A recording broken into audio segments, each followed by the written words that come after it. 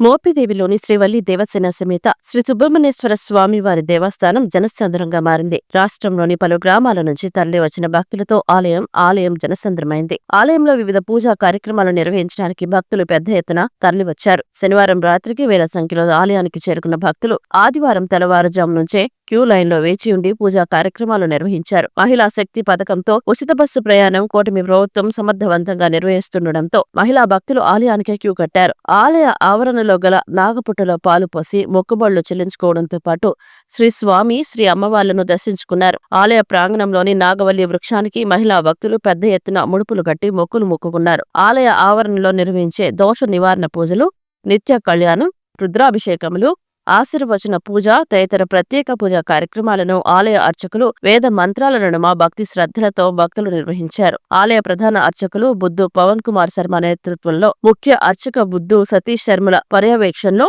అర్చకులు ఆలయానికి వచ్చిన భక్తులకు పూజా కార్యక్రమాలు చేశారు. ఆలయ కార్యనిర్వహణాధికారి దాసరి శ్రీరామవరప్రసాదరావు ఆధ్వర్యంలో భక్తులకు ఎటువంటి అసౌకర్యం కలగకుండా సూపరింటెండెంట్ అచ్యుత మధుసూదన్ రావు తమ సిబ్బందితో ప్రత్యేక ఏర్పాట్లు చేశారు. క్యూ లైన్లో వేచి ఉన్న భక్తులకు మంచినీరు, ఎండ తీవ్రత అధికంగా ఉండడంతో మజ్జిగ, చిన్నపిల్లలకు పాలు పంపిణీ చేశారు. ఉదయం 10 గంటలకు ప్రారంభమైన నిత్య అన్నదాన కార్యక్రమం సాయంత్రం వరకు కొనసాగింది. 10,000 మందికి పైగా భక్తులు అన్నప్రసాదాన్ని స్వీకరించగా ఆలయ సూపరింటెండెంట్ అచ్యుత మధుసూదన్ రావు ఏర్పాట్లను పర్యవేక్షించారు. దాసరి శ్రీరామవరప్రసాదరావు సూచనలతో ఆలయంలో భక్తులకు ఎటువంటి ఇబ్బందులు కలగకుండా సిబ్బంది తోట చెన్నకేశవ ఏర్పాట్లు పర్యవేక్షించారు.